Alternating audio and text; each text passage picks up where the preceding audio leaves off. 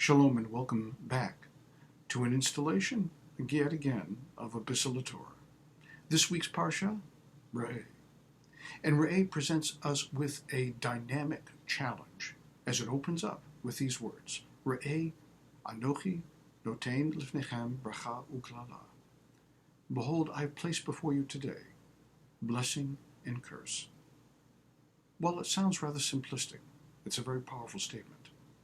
Very powerful theological statement, because God gives us the choice to choose the path that we want to tread.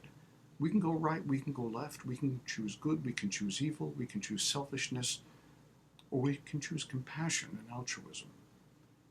And either one will take us down the road towards blessing or curse. But the choice ultimately devolves upon us.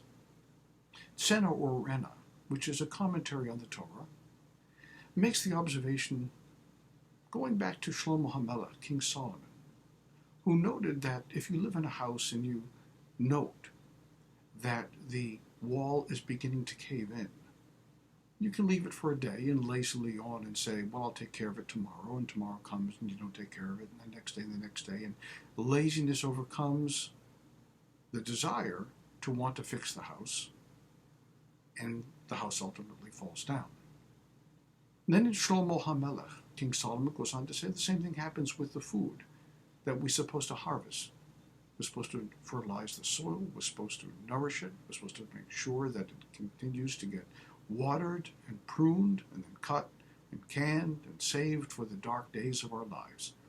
But laziness can impede that and ensure, instead of plenty, starvation.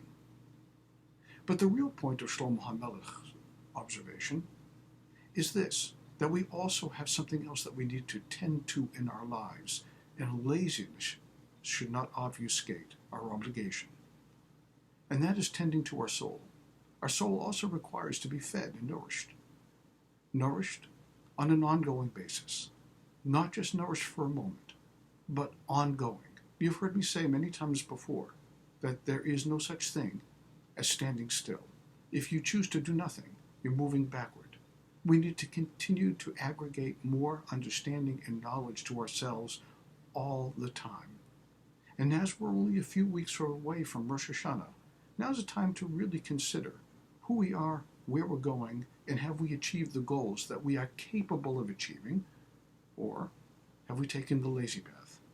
Have we fed our soul, or has it withered from malnourishment? What is the path of nourishing the soul? Well, it's learning Torah.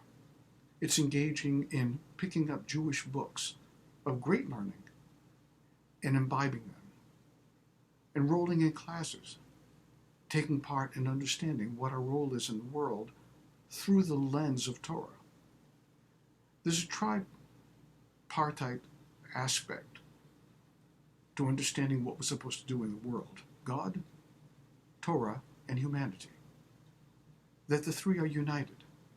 And the three also require to be fed and nourished all the time, because that is the food that sustains the soul and allows us to understand what is our purpose in life, why we are born, and what our unique destination is. So, with the few weeks that we have before Rosh Hashanah, let it be noted and said and done that we will choose the path of blessing and not curse, to learn, to grow, and to do in the coming year, but not waiting till Rosh Hashanah, but starting now, so that when Rosh Hashanah arrives, we'll have already begun on the path of personal growth. Shabbat Shalom.